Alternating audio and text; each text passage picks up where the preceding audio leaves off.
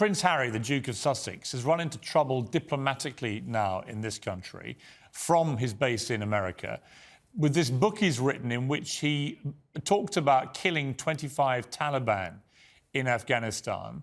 And he described what people have accused him of being of dehumanizing the enemy by describing them as chess pieces, not human beings, to be removed from a board. And it sparked a predictable reaction from the Taliban, exploiting what he said. But it also has now inspired a reaction from Iran, who executed a British Iranian on trumped-up suggestions he was a spy, and have issued a statement off the back of what Harry said in return for the criticism about the execution, to say the British regime, whose royal family member sees the killing of 25 innocent people as removal of chess pieces and has no regrets over the issue, and those who turn a blind eye to this war crime are in no position to preach others on human rights. What's your view about that? Was Harry very misguided to put into a book sold as many as it has done an exact number of Taliban he killed and to describe them as chess pieces?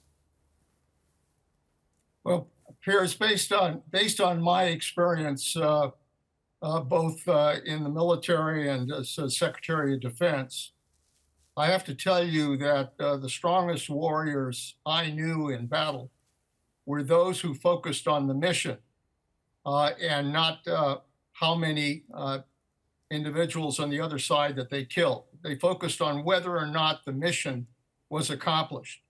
And I think Prince Harry would have done better to focus on the missions that he was involved with rather than counting the number of dead.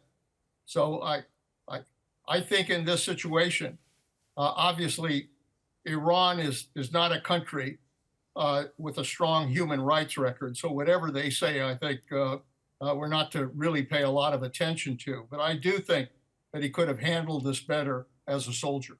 Would it be sensible, albeit he's already said this, but would it be sensible for future editions of the book, because they're reprinting as we speak, and given the volume that it's selling, would it be sensible for him to maybe issue a statement to calm things down, to express some regret over putting a number to his Taliban kill tally and to call them chess pieces, and to actually remove that part from the book?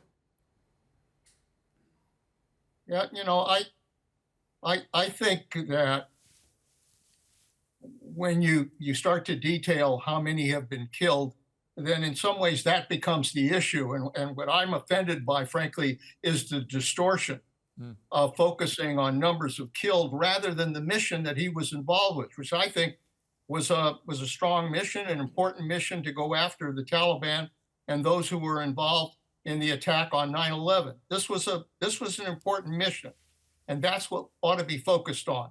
So if in some way he could kind of rewrite this or include the missions that he was involved in without referring to the number of people that were killed, I think that would frankly represent a fairer description of what he was involved with in his service.